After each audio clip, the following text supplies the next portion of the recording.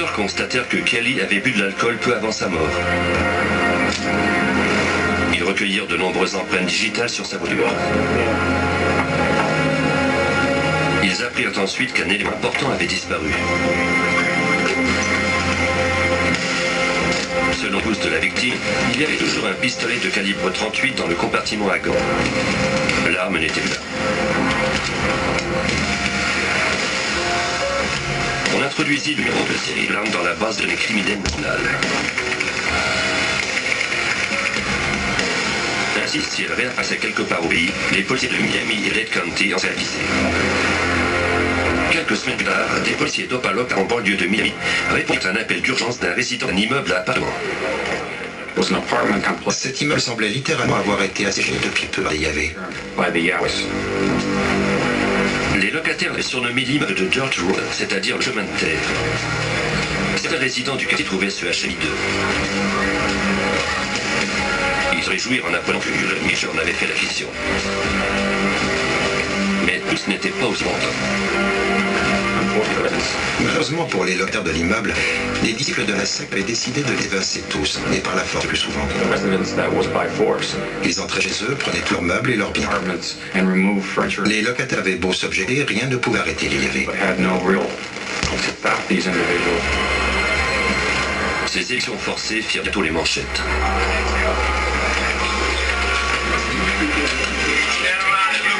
Les enquêteurs savaient que Mitchell ne tolérait pas la critique.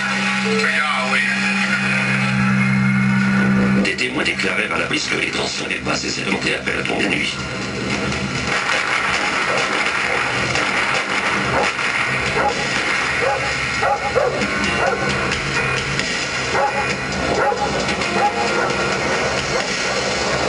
Dans la soirée, la violence éclata et 2 locataires qui s'opposaient à leur éviction furent tués.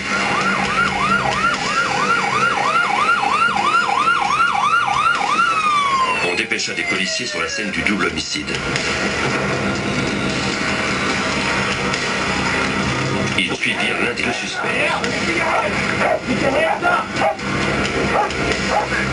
Un maître chien et son animal réussirent à le traquer.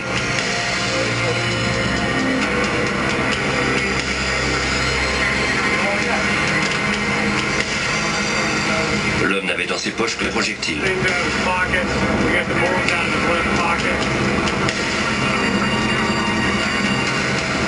Et tout près, la police trouva un revolver de calibre 38. Ce n'était pas l'arme du crime. Les policiers comparèrent le numéro de série à ceux de la base de données, mais ne trouvèrent rien.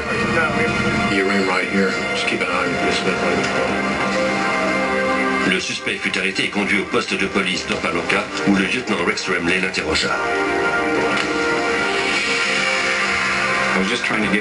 J'essayais d'obtenir quelques renseignements généraux sur lui.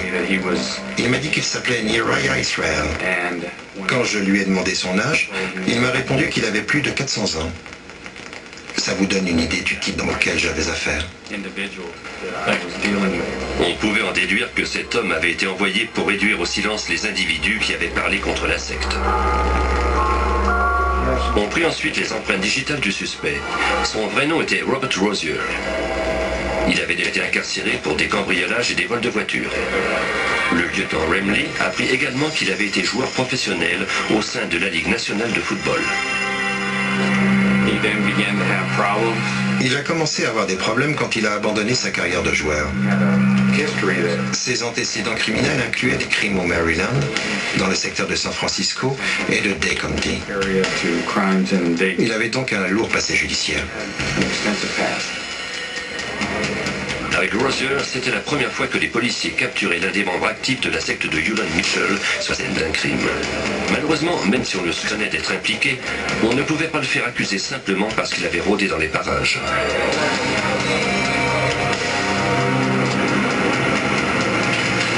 Les policiers de Miami tentèrent de glaner des informations des résidents qui vivaient près de l'immeuble.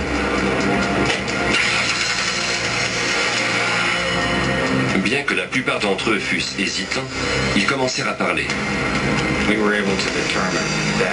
Nous avons appris que Rozier avait poursuivi Brown à travers champs. Nous avions le sentiment qu'il était présent lors des coups de feu lorsque Brown a été tué et qu'il a ensuite tenté de fuir la scène de crime. Au cours de la matinée, nous l'avons fait accuser du meurtre de Brown. Le lieutenant Remley n'avait pas oublié le pistolet trouvé lors de l'arrestation de Rozier.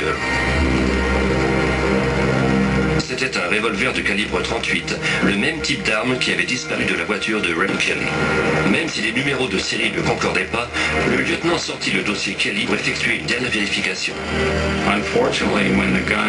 Malheureusement, les policiers qui avaient introduit le numéro de série de l'arme dans l'ordinateur avaient inversé 2 chiffres. En conséquence, nous n'avons pas su immédiatement que c'était l'arme volée de Raymond Kelly.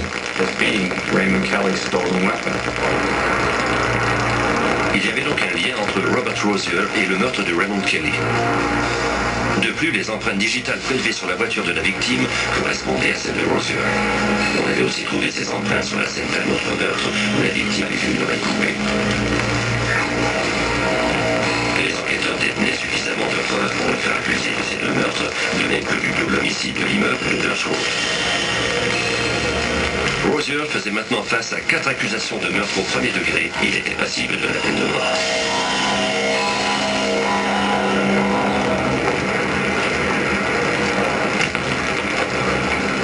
La secte et ses disciples devinrent bientôt le sujet du jour. Le chef, Yolande Mitchell, refusait de rencontrer les journalistes. Il se cachait derrière ses disciples qui distribuaient des dépliants dans lesquels il soutenait que Rozier était victime d'un coup monté. Cette mauvaise publicité pouvait détruire tout ce que Mitchell avait bâti au cours des années. Pour se défendre, il fit appel au service d'un avocat aux honoraires faramineux et d'un expert en relations publiques. Mitchell tentait ainsi de créer une nouvelle image à sa secte.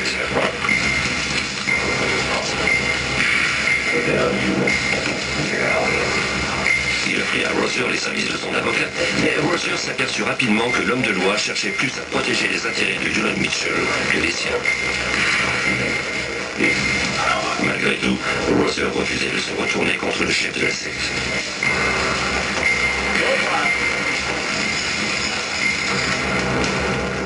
Pendant que les enquêteurs en apprenaient davantage sur Yolande Mitchell et son passé, ce dernier ouvrait les portes de son public.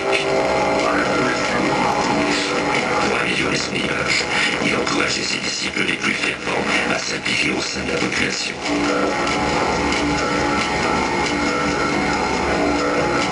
Mais l'un de ses disciples voyait maintenant son chef d'un tout autre œil. Depuis des semaines, Robert Rozier était derrière les barreaux et il pouvait voir Yolande Mitchell se distancer de lui. Puis en juin 1987, Mitchell excommunia Robert Rozier à la télévision en direct. Par un trait de marqueur symbolique, Mitchell éliminera également Rozier de sa vie. Quand Rozier s'aperçut qu'il ne pouvait plus compter que sur lui-même pour se protéger, il décida de collaborer avec le FBI. C'était le coup de chance espéré par les agents. Tout de suite après son transfert dans une prison fédérale, Rozier avoua aux agents qu'à sa connaissance, au moins 20 meurtres avaient été commandés par le chef des YAV, Yolande Mitchell, un peu partout au pays. Pour les agents, il ne faisait aucun doute que la secte servait à dissimuler des activités reliées au crime organisé.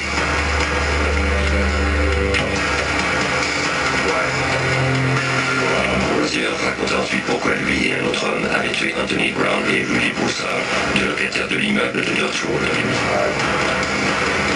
Pour l'agent spécial Herbert Cousins, cela ne faisait que confirmer ce qu'il savait déjà. Brown et Broussard were executed. Brown et Broussard ont été exécutés. C'est la seule façon de décrire ce qui est arrivé.